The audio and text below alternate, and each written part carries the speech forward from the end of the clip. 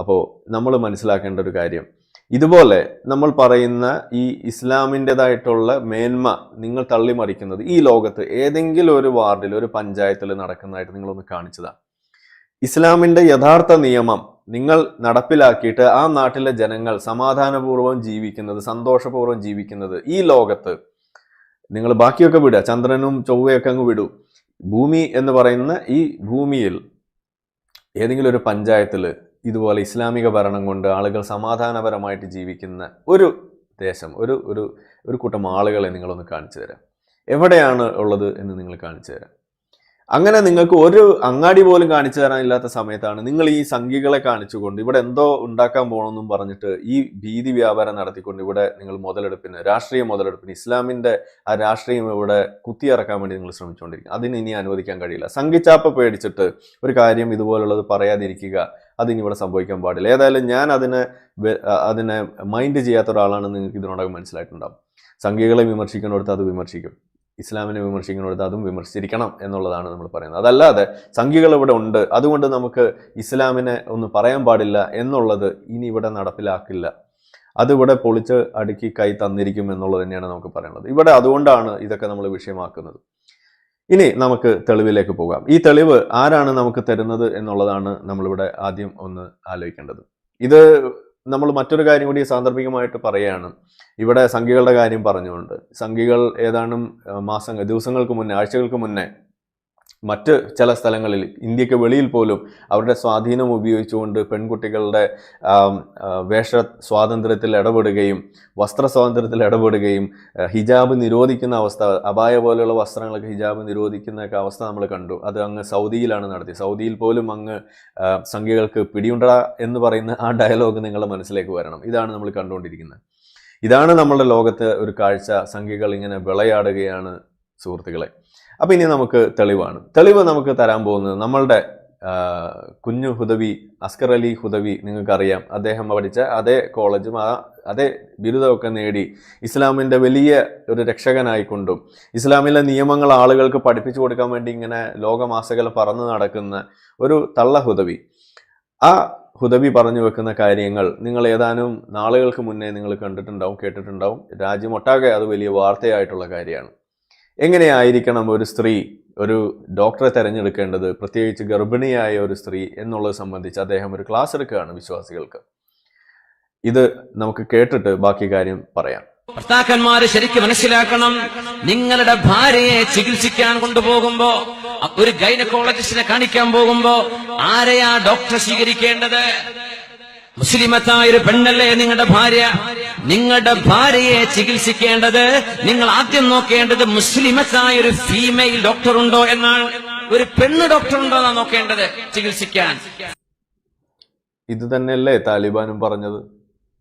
അപ്പോ ഇവിടെ സിംസാറുൽ ഹക്ക് ഹുദവി പറയുമ്പോൾ അത് ആഹാ, അത് താലിബാൻ പറയുമ്പോൾ അതെന്തോ മോശം കാര്യം. അതെങ്ങനെയാ ശരിയാവുന്നത്? അപ്പൊ സിംസാറുൽ ഹക്ക് ഹുദവി പറഞ്ഞതും താലിബാൻ പറഞ്ഞതും ഒന്ന് തന്നെ അല്ലേ എന്നാണ് എനിക്ക് ചോദിക്കാനുള്ളത്. നിങ്ങളുടെ സ്ത്രീ, നിങ്ങളുടെ പുരുഷൻ തൻ്റെ ഭാര്യയെ ഡോക്ടറെ കാണിക്കാൻ പോകുന്നു ഗർഭിണിയായിരിക്കുന്ന സമയത്ത്. അങ്ങനെ നോക്കുന്ന സമയത്ത് നിങ്ങൾ ആദ്യം അന്വേഷിക്കേണ്ടത് മുസ്ലിമത്തായ ഒരു ഗൈനക്കോളജിസ്റ്റിനെ, ഒരു സ്ത്രീയെ ആയിട്ടുള്ള ഒരു ഗൈനക്കോളജിസ്റ്റിനെയാണ് നോക്കേണ്ടത് എന്നല്ലേ ഇവർ പറഞ്ഞു വെക്കുന്നത്.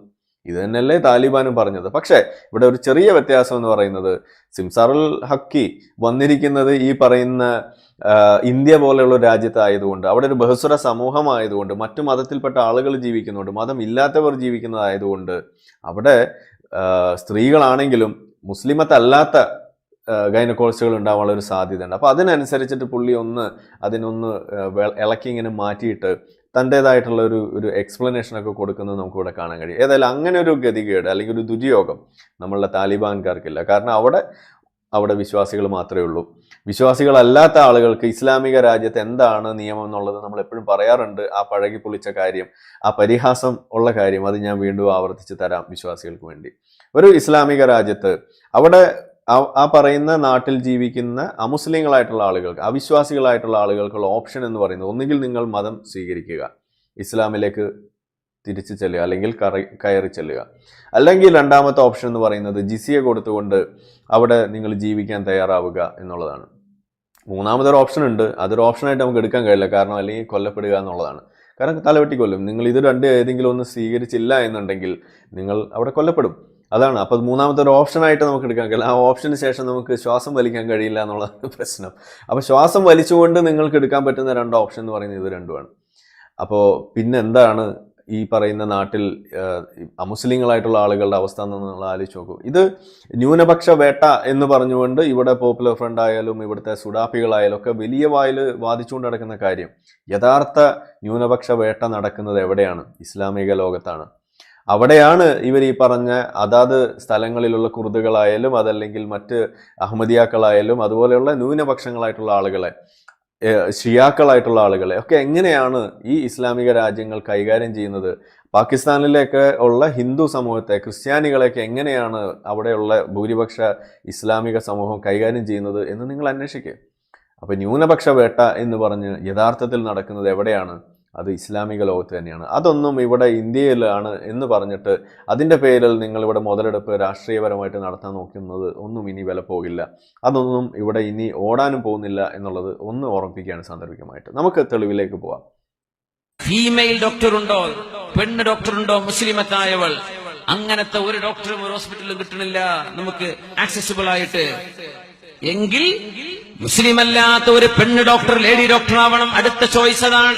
നിങ്ങളുടെ ഭാര്യയ്ക്ക് പ്രസവമായി തുടങ്ങി.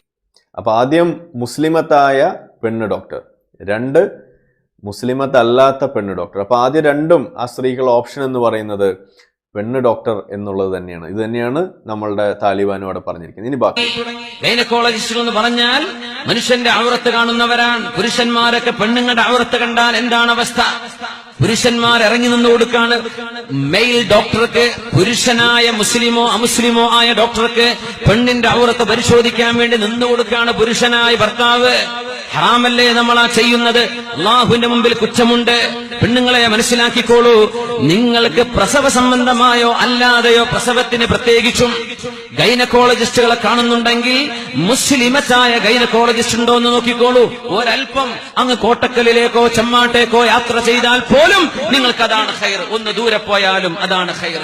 അത് കിട്ടാനില്ല എങ്കിൽ നിങ്ങൾ മുസ്ലിമത്തല്ലാത്ത ഒരു പെണ്ണ് ഡോക്ടറുണ്ടോ നോക്കണം. ഭർത്താക്കന്മാരിത് ശ്രദ്ധിക്കണം. പെണ്ണ് ഡോക്ടറെയും കിട്ടുന്നില്ലെങ്കിൽ മൂന്നാമത്തെ ഓപ്ഷനാണ് മുസ്ലിമായ ഒരു പുരുഷൻ, അള്ളാഹുവിനെ ഭയപ്പെടുന്ന ഒരു പുരുഷ ഡോക്ടർ. പെണ്ണുങ്ങളെ കിട്ടാനില്ല, മുസ്ലിമത്തായ പെണ്ണിനെ കിട്ടാനില്ല. പെൺ ഡോക്ടർ, മുസ്ലിമല്ലാത്ത പെൺ ഡോക്ടറെയും കിട്ടുന്നില്ല. പിന്നെയാണ് മുസ്ലിമായ ഒരു ആൺ ഡോക്ടർ. അയാളെയും കിട്ടുന്നില്ലെങ്കിൽ മാത്രമാണ് മുസ്ലിമല്ലാത്തൊരു അമുസ്ലിം ഡോക്ടറെ ഈ പെണ്ണിനെ ചികിത്സിക്കാൻ പറ്റൂ. ഇതാണ് ശർഇന്റെ നിയമം. നമ്മൾ മനസ്സിലാക്കാറുണ്ടോ ഇത്? ഡോക്ടർ റൂമിലേക്ക് ആക്കിയിട്ട് ഇവൻ പുറത്ത് വെയിറ്റ് ചെയ്യാൻ. അന്യപുരുഷന്റെ മുമ്പിൽ അന്യപുരുഷനാണ് അയാൾ, അല്ലേ? ഡോക്ടർ അന്യപുരുഷനല്ലേ? മാ ഖലാ റജുലും മിംറഅത്തിൻ ഇല്ലാ കാന സാലിസുഹുമ ശൈത്വാൻ. ഒരു പെണ്ണിന്റെ ദീന് സംരക്ഷിക്കേണ്ടത് ഭർത്താവിന്റെ ബാധ്യതയാണ്. ആ പെണ്ണിന് അന്യപുരുഷന്റെ കൂടെ ഇരിക്കുന്നത് സ്വന്തം ഭർത്താവിന്റെ സാന്നിധ്യത്തിലാണെങ്കിൽ ഫിത്നയുടെ സാധ്യത കുറവുണ്ടവിടെ. നമ്മളീ പറഞ്ഞ പരിഗണനകളൊക്കെ നോക്കിയിട്ട് ഫീമെയിൽ മുസ്ലിം ഡോക്ടറെ കിട്ടിയില്ല, ഫീമെയിൽ നോൺ മുസ്ലിം ഡോക്ടറെ കിട്ടിയില്ല, മെയിൽ മുസ്ലിം ഡോക്ടറെ കിട്ടിയില്ല. പിന്നെയാണ് നിങ്ങൾക്കൊരു നോൺ മുസ്ലിം മെയിൽ ഡോക്ടറെ നോക്കേണ്ടത്. അങ്ങനെ നിങ്ങൾ പുരുഷന്മാരായ മുസ്ലിമോ നോൺ മുസ്ലിമോ ആയ ഒരു ഡോക്ടറെ കാണിക്കുമ്പോ നിങ്ങൾ കൂടെ നിന്നു കൊടുക്കണ്ടേ? നിങ്ങളവിടെ ശ്രദ്ധിക്കണ്ടേ? പെണ്ണിനെ അനസ്തേഷ്യ ചെയ്തു കഴിഞ്ഞാൽ, ബോധം കെടുത്തിക്കളഞ്ഞാൽ അവരുടെ ഔറത്ത് വെളിവാകുന്ന അവസ്ഥ വരും. പുരുഷന്മാരായ നഴ്സുമാർ ഇവിടെ കാണും, പുരുഷന്മാരായ മറ്റു ഡോക്ടർമാർ വന്ന് നോക്കില്ലേ? ഒരു പെണ്ണിന്റെ ഔറത്ത് അന്യപുരുഷന്മാർ കാണുന്നത് ഒരു കുഴപ്പമില്ല എന്ന് ചിന്തിക്കുന്ന ഭർത്താവ്, ആ ഭർത്താവിന്റെ പേര് ദയ്യൂസ് എന്നാണ്. നാളെ അല്ലാഹു മുഖത്ത് പോലും നോക്കില്ലെന്നാണ്. സ്വന്തം കുടുംബത്തിലെ ഹറാമ് നടക്കുമ്പോ എനിക്കത് പ്രശ്നമല്ല എന്ന് ചിന്തിക്കുന്ന കുടുംബനാഥൻ, അവരെ പേരാണ് നബി തങ്ങൾ പറഞ്ഞ് ദയ്യൂസ്. അവരെ അല്ലാഹു നോക്കുകയില്ല. അല്ലാഹു കാത്തുരക്ഷിക്കുമാറാകട്ടെ. നല്ല കരുതലോടെ നിൽക്കണേ പെണ്ണുങ്ങളെ, അള്ളാഹുവിനെ സൂക്ഷിച്ചോളി. പ്രസവിച്ചു വരാന്ന് വിചാരിച്ചു പോവല്ലേ. നിങ്ങൾക്ക് അനുയോജ്യരായ ഡോക്ടർമാരെ നോക്കിക്കോളി, ആൺ ഡോക്ടർമാരെ നോക്കി ഓടണ്ട. ദയവ് ചെയ്ത് പെണ്ണുങ്ങളൊന്ന് ഗൈനക്കോളജിസ്റ്റുകളായി പഠിച്ചോളൂ. കുറെ നല്ല ഡോക്ടർമാർ, ഫീമെയിൽ മുസ്ലിം ഡോക്ടേഴ്സ് നമുക്ക് ആവശ്യമുണ്ട് നമ്മുടെ ദീൻ സംരക്ഷിക്കാൻ. അപ്പൊ ഇവിടെ നിങ്ങൾ കണ്ടു കാണും എന്താണ് ഇവരുടെ പ്രധാന ലക്ഷ്യം എന്നുള്ളത്. ദീൻ സംരക്ഷിക്കുക